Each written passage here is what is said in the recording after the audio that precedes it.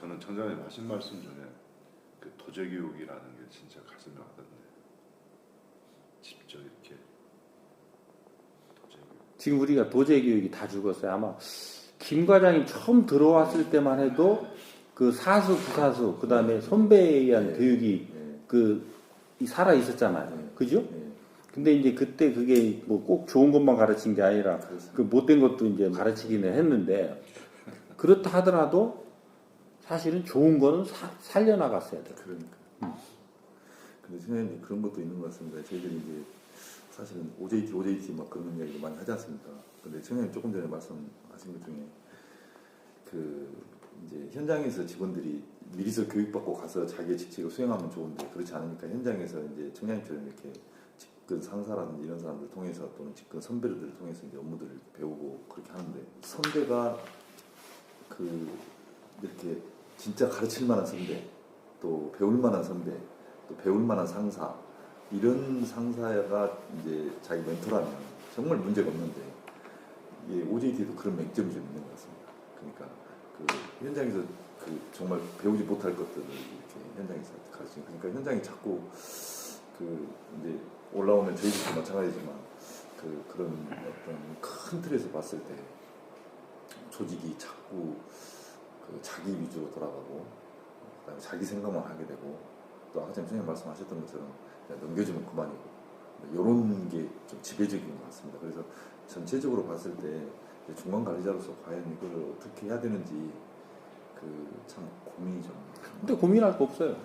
지금 김 과장님이나 나나는 이제 얼마 안 남았기 때문에 우리가 사회에 나가서 요거를 좀 더 연구하면 되고 이렇게 좀 오래 남은 사람들은 뭐를 하면 되냐면 그래서 내가 인사제도를 직하급자 평가에 의해서 추대되는 인사제도로 가져가는 거예요.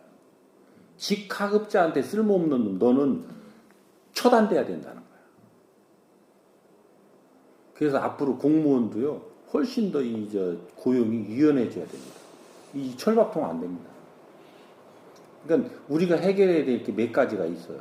이 철밥통을 만들어 놓으니까 아무짝 쓸모가 없는데 근속 앞으로 없어져야 되고 그 다음에 아랫사람한테 쓸모없는 자 너는 그 일만 하면 돼요. 너는 누구의 윗사람이 될 자격이 없어요. 그러니까 너는 계속 혼자서 일하는 그 일을 하면 돼. 그렇죠? 그러면 누구 안 가르쳐도 되잖아요. 근데 요것이 되기 전에 어떤 이제 완충기라고 하는 요거는 이제 우리가 그래서 교육기관도 만들어 놓은 건데 이 인재개발원에서 할 수 있는 교육하고 그것의 70%는 지방경찰학교에서 해야 되는 거예요. 그거를 그때 그래서 내가 2000년도 교육개장 할 때 설계를 그렇게 해놓은 거예요. 근데 지금 현장에 있는 이 개개인에 대한 교육은 전혀 이루어지질 않고 그죠? 이거는 누구도 들어가질 않았어요. 이건 들어가질 않고 교육에다가만 이 시스템화된 교육에만 하니까 이 사람들을 재교육시키려면 어떻게 해야 되냐면 지금도 연간 10%에서 13% 정도가 결혼이 계속 생기고 있는 거예요. 교육 수요로. 그러면 3년에 한 번씩 해도 1년에 30% 결혼이 돼야 되는 거예요. 그럼 현장이 텅텅 비는 거예요. 교육시킨다고 텅텅 비어. 그래서 그게 안 되는 거예요. 지금 할 수 있는 전체적인 여력도 조금 부족하지만 지방경찰학교를 활성화하면 그게 가능해요. 가능한데 이 교육의 마인드 자체가 형성이 안 돼 있어. 내 자리에서 내 임무와 역할 중심으로 가는데 이것을 원리는 그렇게 해서 일반화해서 가르칠 수 있지만 대상 교육을 어떻게 시키냐. 그러니까 여러분들이 이제 착각하면 안 되는 게 과거에는 이 상품 생산이 이 소품종 대량 생산의 시대가 이 산업혁명 시대의 대표적인 개념이. 그러니까 찍어내면 팔렸던 때예요. 그죠? 근데 지금은 다품종 소량 생산 시대예요. 요거에 가장 특화돼서 성공한 게 애플인 거예요. 그 소량 생산이 걔네들은 1억 대야. 어? 근데 여기에 성공했지만 결국 이것도 산업혁명 시대의 연장선상이에요. 그러면 앞으로 요것을 떠난 요거는 성장 시대의 얘기고 힘을 갖추는 시대의 얘기고 운용의 시대에는 어떻게 하느냐? 1대1. 그러니까 요것만 딱 깨우쳐 알면 전부 해결돼요. 운용의 시대는 너하고 나하고 만나서 어떻게 풀어가느냐라는 문제예요. 백약이 뭐예요? 오늘 요 사람을 어떻게 대할 수 있는 요 실력. 요 실력을 갖췄으면 요게 무난하게 넘어갈 테고 못 갖췄으면 부닥칠 테고 해결을 못할 테고 요때 아이 선배님 요거 좀 도와주세요. 옆에 친구야 내가 이거 못하겠다 요거 좀 도와주라. 그렇게 해서 우선은 그렇게 풀어서 간단 말이에요. 요 사람을 해결할 사람을 누군가를 붙여서 해결을 해나가고 도움을 준 사람은 야 너 평상시에 요런 것들이 너 제대로 훈련이 안 되고 네가 이런 노력을 안 해서 저 사람을 대하지 못하는 거야. 그러니까 내가 대하는 거를 잘 보고 네가 이런 것들을 배울 수 있는 걸 배운다면 내가 도와주마. 그렇게 해서 도와주면서 이 사람을 이끌어주는 거야. 그래서 이제 어떻게 되냐면 이 사람의 멘토가 되고 있는 거야, 나는. 그래서 이 사람이 3년 갔다면 내 밑에 나를 따르는 자가 생기고 이 사람이 7년 갔다면 더 생기고 그래서 10년 가면 사람을 키우는 멘토가 돼 있다고. 현장 근무를 하더라도. 그래서 나는 현장에 험한 일이 있을 때 나이든 나를 앞장 세워야 정상일까요? 젊은 지네가 나가야 정상일까요? 내가 멘토라면 지네가 가서 하겠죠. 이렇게 됐었어야 되는 건데 이 선배라는 사람들이 꼰대질만 하지 그 역할을 안 해놓고 자꾸 뒤로 빠지려고 그러니까 나이가 벼슬이냐고 막 자꾸 아랫사람들이 대드는 거예요. 현상이. 그러니까 이 문제는 요 시대의 원리를 알아야 돼요. 시대의 원리. 이 힘을 갖추는 시대와 운용의 시대. 그래서 지금은 1대1 멘토 교육 시대가 열렸어요. 이거 절대 여러분들이 제대로 이해를 못하면 계속 헛다리 짚어요. 내가 왜 경무관 총경들하고 1차적으로 자리를 하고 나머지 시간이 있을 때 경정 이하를 자리하겠다라고 하는 부분이 이렇게 해야 이해가 돼요. 왜? 내가 그 많은 인원을 다 교육시킬 방법이 없어요. 여러분들 이런 사안 하나를 하는데도 근 1시간 가까이 걸리잖아요. 그 많은 일들을 여러분들하고 같이 해서 이해를 돕고 여러분들 스스로가 그걸 깨우쳐 알게 하는데 많은 에너지와 노력이 들어간다고요. 시간이 필요하다고. 옛날처럼 이 사람들아 그것도 못해. 이걸 이렇게 써야 돼. 이렇게 써야 되고 이렇게 해야지. 이것들이 말이지. 벼슬만 총경 달아놓고 이게 뭔 하는 거냐고. 혼내놓고 똑바로 해. 쉽지. 된 거 같지. 그 다음에 똑같이 일어나잖아. 왜? 어떻게 해야 되는 거는 모르거든. 왜 그때 그런 일이 일어났는지도 모르잖아요. 그렇게 해서 1대1 멘토 시대가 열렸고 또 하나는 이게 지금 우리가 살아가는 이 방식에 있어서 본인이 내가 주체적으로 내 그 자리에 서서 내 역할을 하지 않으면 이제 내 인생을 못 사는 때가 왔어요. 벼슬 달고 우리 선배님도 왜 고생해요? 벼슬 달고 나가서 옛날 선배들은 몇 년 살면 죽으면 됐는데 그죠?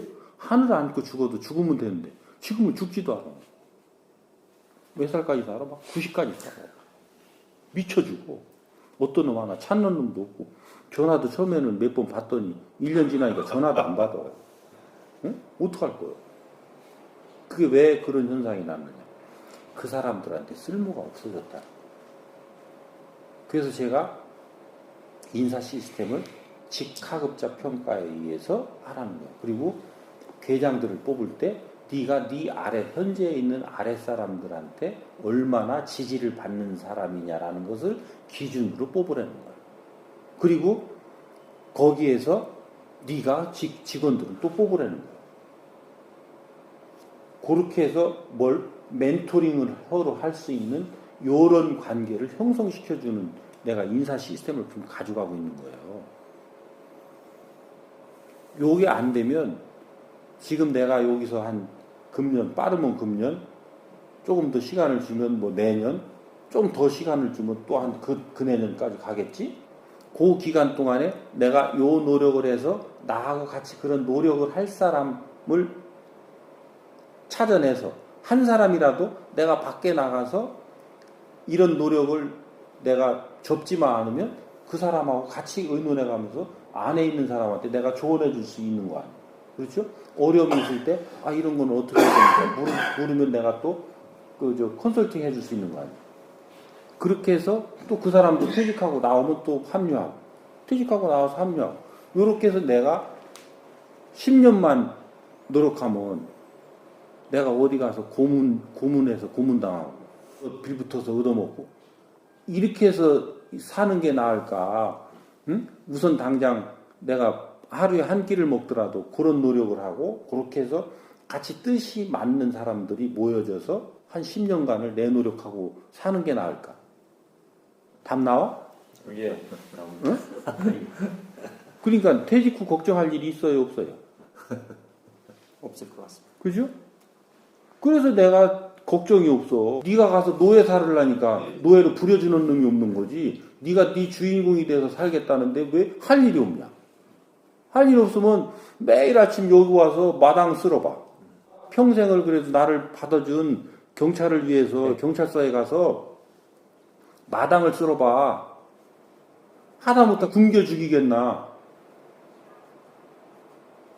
그렇지? 뭐 할 일이 없어. 노예처럼 말이지. 빌부터 먹고 살라니까 나를 부려줄 놈이 없어서 그게 힘든 거란 말이에요. 나는 이 메시지를 계속 전달해 줄 거라. 응? 근데 이 얘기가 재밌게도 지금 젊은 현장 경찰관들한테 하면 폭발적인 인기가 있어. 내가 여러분들의 이제 교육은 30%만 하고 내가 시간을 70%를 그쪽으로 쏟을 거거든.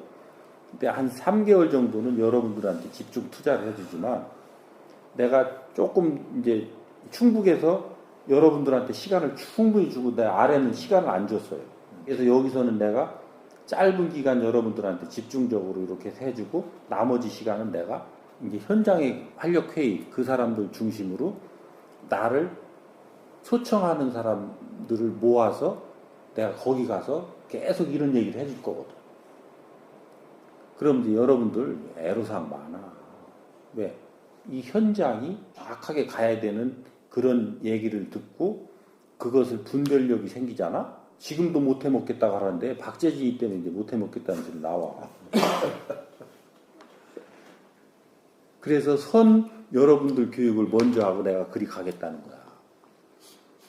하려면 하고 안 해도 괜찮아. 이제 어떤 일이 오나 보면 되지.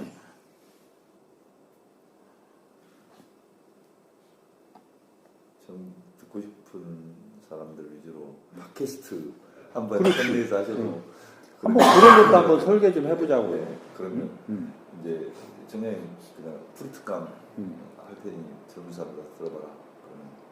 그런 것도 재밌을 것 같아요. 그래서 그 권역별로 나눠서 한꺼번에 다 모이려면 힘들 테니까 어느 권역에 어느 장소를 빌려서 그쪽으로 현장 활력회의 중심으로 희망자를 받아야 돼. 오라고 하면 안 되고 희망자 받아서 10명이 되면 10명, 뭐 30명 되면 30명, 맥시멈 그 100명을 넘지 않도록 뭐 한다든지 이렇게 해서 너무 많으면 또 장소 빌리기도 어렵고 할 테니까 그렇게 해서 우선은 한 달에 한 번 하고 또 인기가 더 좋으면 한 달에 2번 하고 거기가 늘어나는 만큼 여러분들한테 주는 시간은 줄어드는 거야.